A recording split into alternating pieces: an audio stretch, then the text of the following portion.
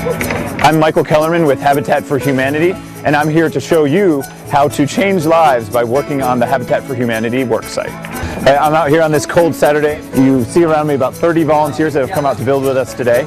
And so the question is how to volunteer with Habitat. You know, we work very hard to eradicate the misconceptions about volunteering and to take away all of the barriers that people have to coming out and volunteering. We do that in many different ways.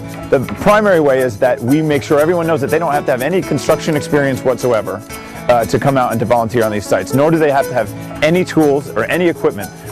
All of the materials are purchased by Habitat through the donations that we bring in through our donor program, so that when a volunteer comes on site, not only will they have all they need to volunteer, but they'll also have the expertise to guide them in the tasks that they're going to be taking on. Other than the foundation, the plumbing, and the electric, everything that goes into our houses and around our houses is done by volunteers.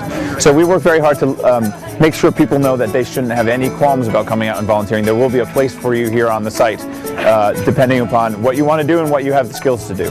One thing that is pretty unique about Habitat is if you do have any experience or a knack for, say, roofing or drywall or whatnot, within an hour of being on site, you will immediately have turned into a leader. You'll be leading other folks, teaching them how to do it as well. So it's sort of cross-educational in a lot of different ways. And that often breeds more volunteers in the sense that one person comes out for a Saturday, has such a great time, they tell their friends, put together a group of 4 or 5 that come out another weekend. And slowly but surely over 25 years, that's built into, again, an army of over 7,500 people. It's just really the decision to try it that is the hardest to get people to do, and then from that point on it should be pretty easy for people to find the information they need to get out here.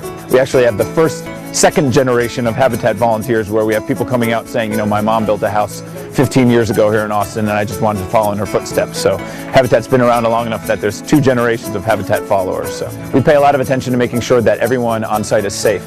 At the beginning of each day, there's a site speech where the site leader will lead the group in going through a lot of the different ways to make sure that they're safe, how to use power tools. How to ask for help is a huge part of what we do, and there's an opportunity on the site to really learn how to use many different kinds of tools and different techniques for home building, and we want to make sure that people learn the right way and use safe practices. And that's the basic safety requirements. Aside from that, you know, we just ask that people use common sense, and you know, most people have it.